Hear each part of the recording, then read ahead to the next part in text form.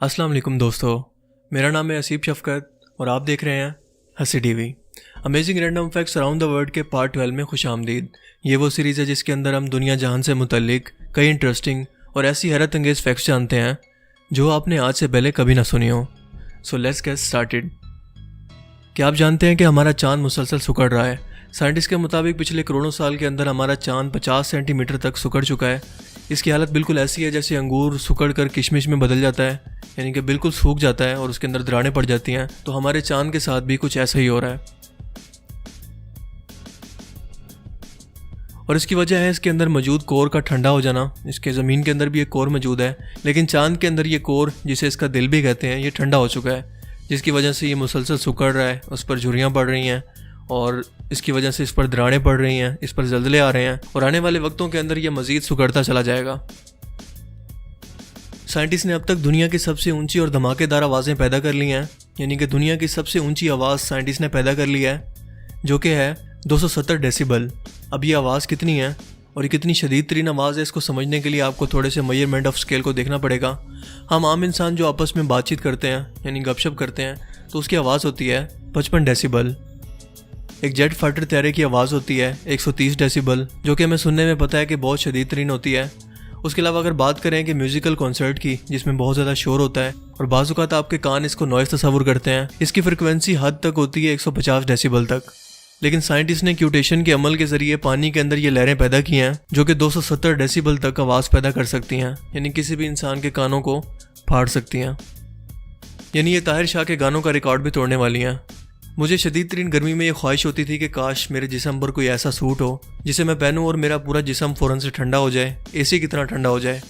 लेकिन ये ख्वाहिश हकीकत में बदल चुकी है, क्योंकि University of California San Diego की एक यूनिवर्सिटी ने एक ऐसा छोटा सा एक पैड ईजाद कर लिया है जो कि ब्लड प्रेशर मेजर करने वाले आले की तरह होता है। जैसे आप बाजू पर लगाते हैं, उसी तरह से ये बाजू पर लगाते हैं आप, और उसके बाद ये आपके बॉडी का टेम्परेचर को मेंटेन करने की कोशिश करता है और 89 फ़ारेनहाइट तक आपके बॉडी टेम्परेचर को ये कम कर सकता है।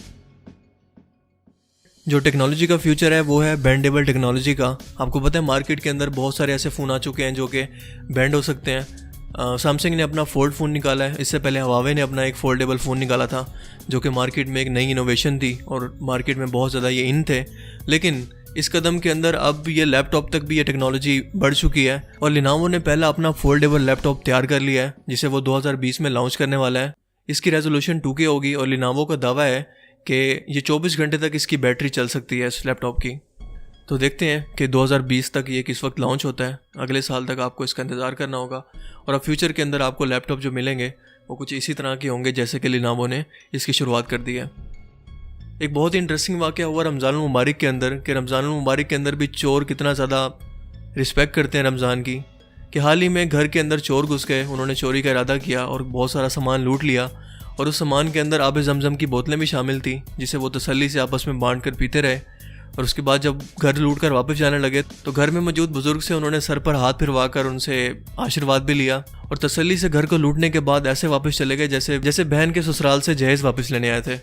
वोल्वो कंपनी ने 1959 के अंदर सीट बेल्ट ईजाद किए थे, यानी कि लाइफ सेविंग सीट बेल्ट ईजाद किए थे, जो कि आज की भी मॉडर्न गाड़ियों के अंदर इस्तेमाल होते हैं। लेकिन इस कंपनी ने इसके पैटेंट्स अपने पास रखने की बजाय, इसके राइट्स अपने पास रखने की बजाय, यानी कि जो भी कंपनी इनकी इस इनोवेशन को अपनी गाड़ियों के अंदर यूज़ करेगी उसे पैसे पे करने पड़ते हैं। लोगों की ज़िंदगियाँ बचाने के लिए इसे फ्री कर दिया, यानी कि आपको कोई पैसा पे करने की ज़रूरत नहीं है, आप इसको फ्री में इंस्टॉल कर सकते हैं, फ्री में इसको यूज़ कर सकते हैं। यही वजह है कि गाड़ियाँ बनाने वाली कंपनियाँ इसको मुसलसल अपनी गाड़ियों में बिना किसी पेटेंट के इस्तेमाल कर रही हैं और ये बिल्कुल फ्री है और अब तक ये तकरीबन 35,000 लोगों की ज़िंदगियाँ बचा चुके हैं। नासा के 2 सैटेलाइट ज़मीन के एटमॉस्फेयर के अंदर चक्कर लगा रहे हैं, एक दूसरे के पीछे घूम रहे हैं और इनका मकसद है कि ग्रेविटेशनल फोर्स को मज़ीद गहराई में जाकर समझा जाए। ये एक दूसरे को फॉलो कर रहे हैं, यानी कि एक दूसरे के पीछे चल रहे हैं। तो इनका नाम साइंटिस्ट ने रखा है टॉम एंड जेरी, जो कि कार्टून से इंस्पायर होकर रखा गया है। आपको पता है टॉम एंड जेरी एक दूसरे को फॉलो करते रहते हैं, एक दूसरे के पीछे भागते रहते हैं, इसीलिए इनका नाम टॉम एंड जेरी रखा गया है। साइंटिस्ट के मुताबिक मर्दों का दिमाग औरतों के दिमाग से 10% साइज़ में बड़ा होता है, लेकिन फिर भी ये औरतों से बहुत ज़्यादा एफिशिएंट होकर काम कर सकता है, क्योंकि इनके पास लड़कियों की तरह ये टेंशन नहीं होती कि मेरा आई लाइनर मैच नहीं हो रहा, मेरी ड्रेसिंग मैच नहीं हो रही, मेरे शूज़ नहीं मैच हो रहे। लड़के और बहुत ज़्यादा क्रिएटिव होकर सोचते हैं। तो इसीलिए उनकी सोच ज़्यादा उलझी हुई नहीं होती और वो ज़्यादा एफिशिएंट तरीके से अपने दिमाग को इस्तेमाल कर सकते हैं। अगर किसी लड़की को एतराज़ भी हो तो वो उस रिसर्च पर एतराज़ करे, मेरा काम तो ये सिर्फ फैक्ट्स पहुँचाना है। पिरामिड ऑफ मिस्र यानी कि अहराम मिस्र, आपको पता है कि इतने भारी पत्थर थे कि आज की मौजूदा क्रेन की टेक्नोलॉजी भी इसे नहीं उठा सकती। इसीलिए इन्हें दुनिया के 7 अजायब में से एक माना जाता है, क्योंकि आज की मौजूदा टेक्नोलॉजी भी ऐसे अहराम नहीं बना सकती। लेकिन अगर बात की जाए इसमें इस्तेमाल होने वाले पत्थरों की, तो इन अहरामों को बनाने के लिए इतने ज़्यादा पत्थर इस्तेमाल हुए हैं कि अगर हम इन पत्थरों को इस्तेमाल करें तो पूरी दुनिया के गिर्द हम एक 2 फुट लंबी ऊंची दीवार बना सकते हैं। इतने ज़्यादा पत्थर हैं। तो अब आप सोच सकते हैं कि जिन लोगों ने इन्हें बनाया होगा उन्होंने इन पत्थरों को उठाया कैसे होगा, और सबसे बड़ी बात, इतने पत्थरों को कहाँ से तराशने के बाद इनको बनाया होगा। इसीलिए तो इसे वंडर ऑफ द वर्ल्ड कहते हैं कि आखिर ऐसा मुमकिन कैसे है।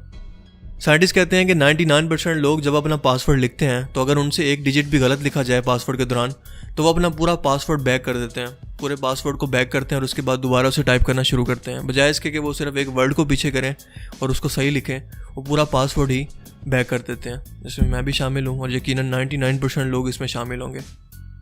दुनिया का सबसे लंबा ट्रेन का रूट पुर्तगाल से होता हुआ रशिया तक पहुँचा और इसके बाद ये वियतनाम पहुँचा। इसने 10,700 मील का फासला तय किया और 13 दिन के अंदर 17 ममालिक का सफ़र किया। इसे दुनिया का सबसे लंबा रिकॉर्ड कहा जाता है जो एक ट्रेन पर सफ़र के दौरान बनाया गया, और आज तक इस रिकॉर्ड को कोई नहीं तोड़ सका। जानवरों से ऑब्सेशन कि वो हमारी जासूसी कर रहे हैं, इस तरह के ऑब्सेशन हमारे हमसाए भारत में नहीं है कि वो कबूतरों को पकड़ के उस पर इल्ज़ाम लगाते हैं कि ये हमारी जासूसी कर रहे हैं या ये इंटेलिजेंस के लिए काम कर रहे हैं। इस तरह का एक वाक़या ईरान में भी हुआ। वो सन 2007 में एक ऐसा वाक़या हुआ कि ईरान ने इसी इल्ज़ाम में, जासूसी के इल्ज़ाम में 14 गुलहरियों को कैद कर लिया। पता नहीं वो कौन सा एटॉमिक बॉम्ब बांध के साथ घूम रही थी या उनकी जेब में कौन से ऐसे किलर हथियार थे गुलहरियों के पास कि उनको गिरफ्तार कर लिया गया इंटेलिजेंस की तरफ से और उनकी जासूसी शुरू कर दी गई। दी एवेंजर्स का आजकल बड़ा शोर है, इसको मूवी को बहुत ज़्यादा पसंद किया जा रहा है। लेकिन क्या आप जानते हैं कि ये जो एवेंजर्स नाम लिया गया है ये कहाँ से लिया गया है? दरअसल ये हकीकी नाम है जो कि लिया गया है वर्ल्ड वार 2 से। वर्ल्ड वार 2 के अंदर यहूदियों की एक जमात थी। आपको पता है हिटलर ने यहूदियों पर बहुत ज़्यादा जुल्म किए थे, उनकी असैसिनेशन करने की कोशिश की थी, उनकी तमाम आबादी की। तो इन्हीं में से एक ग्रोथ था यहूदियों का जिसका नाम था एवेंजर्स, और उसने हिटलर के जो कैदी थे वर्ल्ड वार 2 के दौरान उनको असैसिनेट करने की, उनको मारने की कोशिश की थी। हिटलर की नाजी आर्मी के लोगों को मारने की कोशिश की थी। इसी से इंस्पायर होकर इस मूवी का नाम भी एवेंजर्स रखा गया है, जो कि कातलों की टीम है जो कि फ्रीडम के लिए लड़ती है। स्टेल्थ एयरक्राफ्ट के बारे में हम पहले भी जान चुके हैं कि दुनिया की सबसे तेज़ तरीन टेक्नोलॉजी है जो कि बहुत ज़्यादा फास्ट स्पीड से चल सकती है और ये रडार की पकड़ में भी नहीं आती। यानी कि आपके ऊपर अगर स्टेल्थ एयरक्राफ्ट घूम रहा है तो आपको पता भी नहीं चलेगा कि आपके ऊपर से एयरक्राफ्ट गुजर भी गया है। इसी तरह का एक स्टेल्थ एयरक्राफ्ट जिसका नाम था SR-71, इसने लॉस एंजलिस से वाशिंगटन तक का सफ़र सिर्फ 64 मिनट के अंदर तय किया और इसकी रफ्तार थी 2145 मील पर आवर। अब इमेजिन कर सकते हैं कि फासला कितना होगा और कितनी तेज़ी से इसने ये सफ़र तय किया। इस तैयारे को ब्लैक बर्ड भी कहते हैं, जो 1976 से अमेरिका के इस्तेमाल में है और इसको ये मज़ीद डेवलप कर रहा है। और इसे दुनिया का सबसे एडवांस तरीन मैन मेड एयरक्राफ्ट भी कहते हैं, जिसकी रफ्तार का अब तक कोई मुकाबला नहीं है। फ्रेडरिक वेलनिच एक ऑस्ट्रेलियन पायलट था जो 253 किलोमीटर की एक टेस्ट ड्राइव पर निकला। 21 अक्टूबर 1978 को ये 21 साल लड़का मेलबर्न एयर ट्रैफिक कंट्रोल को मैसेज करके बताता है कि इसने अपने तैयारे के 100 फुट ऊंचाई पर एक एयरक्राफ्ट को देखा है जो कि इसके करीब आ रहा है। लेकिन आखिरी बार उसने ये पैगाम दिया कि ये कोई एयरक्राफ्ट नहीं है, जिसके बाद इसका राब्ता एयर ट्रैफिक कंट्रोल से मुनक़ता हो गया और वो अचानक कहीं गायब हो गया। और आज तक ये मिस्ट्री है कि ये लड़का आखिर कहाँ गायब हो गया, क्योंकि इसका फिर कोई सुराग नहीं मिल सका। और लोगों का इसके बारे में मानना है कि शायद कोई उड़न तश्तरी यानी UFO का ये काम हो सकता है जो इसे उठाकर कहीं ले गए स्पेस में, या फिर दुनिया के अंदर इनकी कोई खुफिया बेस है जिसके अंदर इसको छुपा लिया गया है। डॉन रिची एक ऑस्ट्रेलवी शख्स है जिसकी 2012 में मौत हो चुकी है। इस शख्स की खासियत यह है कि इसने 500 लोगों को, जो लोग खुदकुशी करना चाहते थे, उनको सिर्फ एक चाय की ऑफ़र की और उनके साथ थोड़ी चिट चैट, उनके साथ थोड़ी बातचीत की और उन 500 लोगों को इसने खुदकुशी करने से बचा लिया। यानी उनका इरादा बदल दिया खुदकुशी से और 500 लोगों को इस शख्स ने मरने से बचा लिया। तो आज के amazing random facts around the world में सिर्फ इतना ही। आई होप कि आज का ये वीडियो आपको पसंद आया होगा। आपको सबसे अमेजिंग फैक्ट कौन सा लगा मुझे कमेंट करके ज़रूर बताइएगा, और मज़ीद इस तरह की इन्फॉर्मेटिव वीडियोस के लिए इस चैनल को ज़रूर सब्सक्राइब करें। अगर आपको ये सीरीज़ पसंद आ रही है तो इस वीडियो को लाइक करें ताकि मुझे पता चल सके कि मज़ीद इस तरह के एपिसोड भी बनाए जाएँ। तो मैं मिलूंगा आपसे एक नेक्स्ट इंटरेस्टिंग वीडियो के अंदर। तब तक के लिए अपना बहुत सा ख्याल रखिएगा। Thanks for watching this video. Allah हाफिज़।